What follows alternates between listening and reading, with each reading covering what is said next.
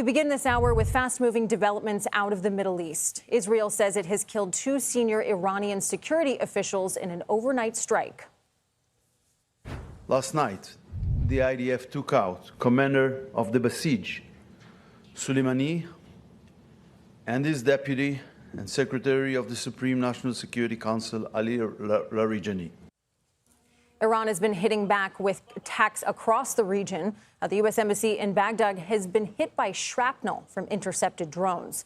Meanwhile, President Trump is calling on nations to help secure the critical Strait of Hormuz as the fighting brings traffic through the vital shipping route to a standstill. For more on this, I'm joined by CBS News senior foreign correspondent Imtiaz Tyab, who, of course, is following all of this for us from the United Arab Emirates. Imtiaz, I mentioned the 2 security officials that Israel says have been killed in Iran, one of them being Ali Larijani. How influential was he in Iran? Has there been any response from Tehran?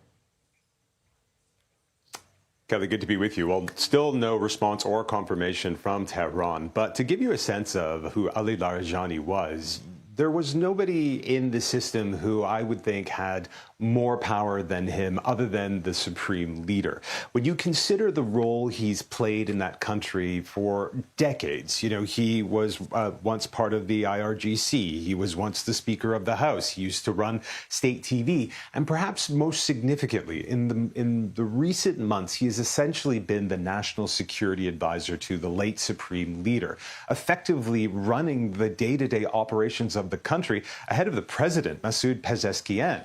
He's also seen as somebody who not only was able to navigate the complex politics of Iran, but also the violent arm of Iran as well. He's widely seen as somebody who had a very direct role in those demonstrations that we saw in January, in which we know thousands of demonstrators were killed. And so he occupies this very complicated space, on the one hand as being somebody who's a very strong political operator, but also somebody who used the iron fist of the state quite brutally.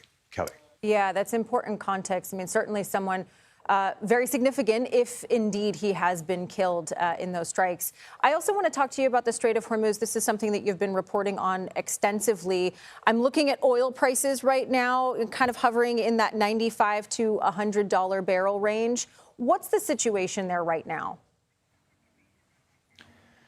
Yeah, it's dark here, but I'm actually on the banks of the Strait of Hormuz, and it's, from where we're standing, looks incredibly peaceful, but it really is the site of one of the world's most dangerous standoffs. At this very moment, around 500 tankers have dropped anchor because they simply do not believe it's safe to move through the strait. And that, of course, has gummed up the global economy when it comes to energy and shipping and all the other components that come through this strait. Now, of course, we've been hearing that the president wanted a coalition of countries to escort vessels through the Strait of Hormuz.